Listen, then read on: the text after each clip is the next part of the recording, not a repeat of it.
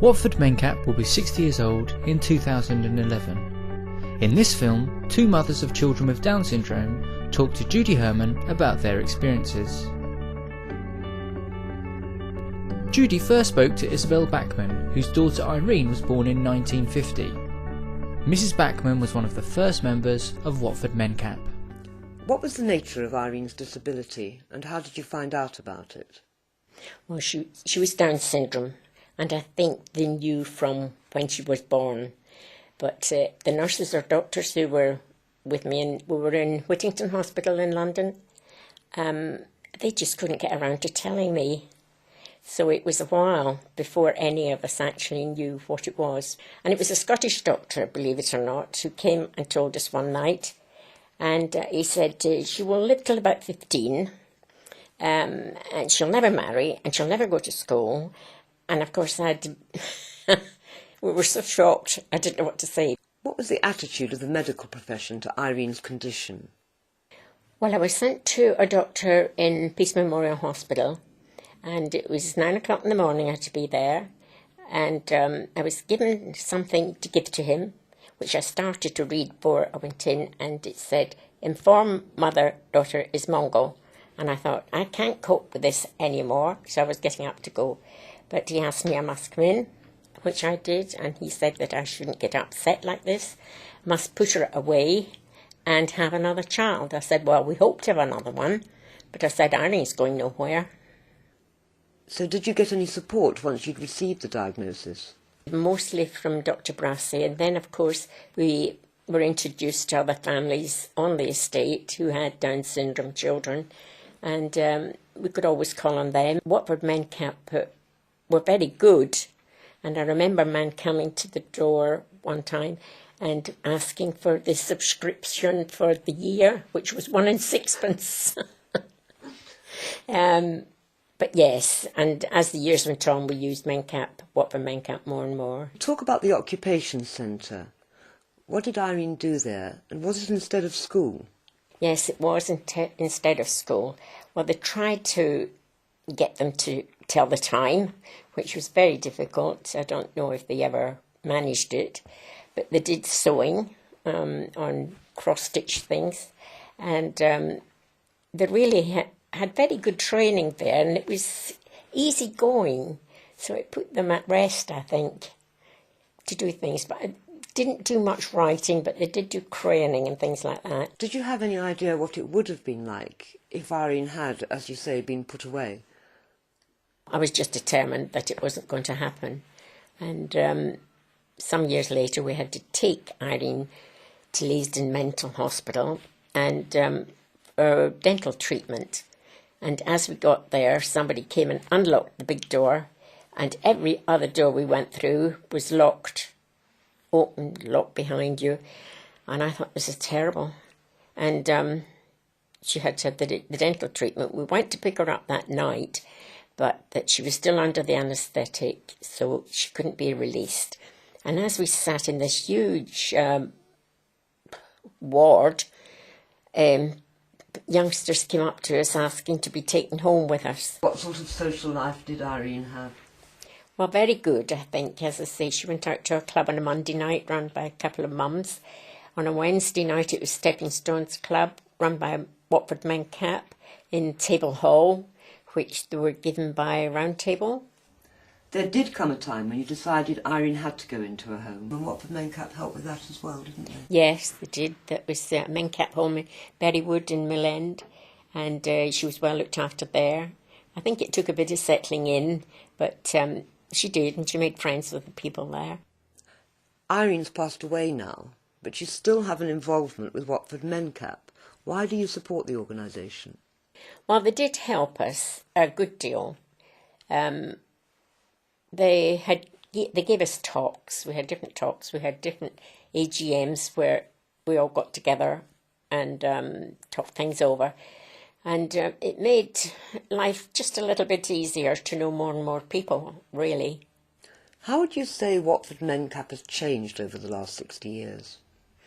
Oh, very much. They've got a whole lot more going for them. Friends and,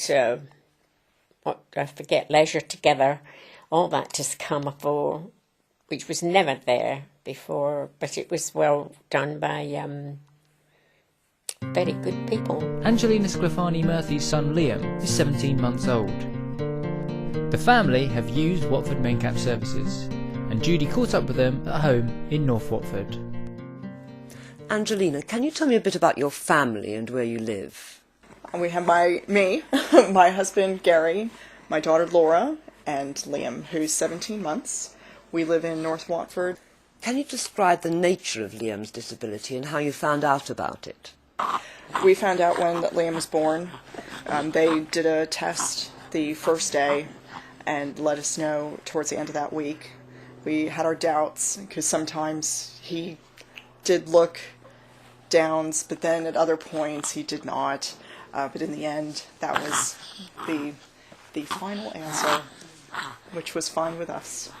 When you received the diagnosis, did you receive support from the people telling you or anybody else? They gave us pamphlets, and they had us get in touch with the local Up on Downs charity who help us. It's a charity of mothers with children with Down syndrome, and they offer support, guidance, what they've gone through, anything of that sort. And we have regular meetings, and that has been a fantastic source of support. What is life like with Liam and your daughter Laura? Is it different bringing up Liam? Yes, very much. He cannot sit up at this point at 17 months, which is critical to his respiratory condition. Laura, obviously at this stage, was walking and running and interacting with children, playing with toys, and Liam is not at that stage yet. What support have you had since the diagnosis? We've received quite a bit of support from many different places. One is already mentioned Up on Downs, and another one is through Watford Mencap, whom I was introduced to through Watford Free Cycle, of all places. And one of the members of Watford Mencap, she invited me into the office to have a chat with herself and with Ruth, who was very instrumental in helping us with our disability living allowance application, and answered any questions we had with any future applications and with carers allowance. So have you had any other support from Watford Mencap? Yes, they run the Lamari Centre in Watford, and out of there, the Place Called Charity holds their assessments and their classes out of the centre, and he's able to receive extra care with physio, occupational therapy, and speech and... Thank you! And with that, with speech and language, yes! Will he go to school? He will go to school. It's whether he goes to mainstream school or special school, which will depend on how he is at the time. We're hoping that maybe we can hold him back a year, just so he's a little bit more in line physically with his peers. What would you like Watford Mencap to do to support you? In his future, hopefully he'll be living on his own or with a friend, and in assisted living, if that's how he wants to do it. And my hopes are that Watford Mencap can help with that and help have him lead an independent life. What do you want for Liam? When I was first going into the old Watford Mencap office, and I was struggling, I had one of these huge buggies, huge, monstrous, and I'm trying to get in the door, and I'm having a hard time getting in the door. People are walking past, no one's helping, and this man comes running over, and says, "Can I open the door for you? Can I hold the door for you?" And I went, "Oh, no, I'm already majority of the way through, that's fine." And I look up at him, and he has Down syndrome. Of all the people to have enough sense to help me, was a man with Down syndrome.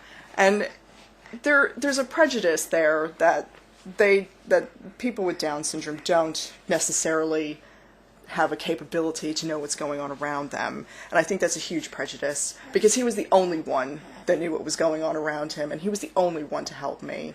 And I want him to be like that, to be caring, and to have a sense about him.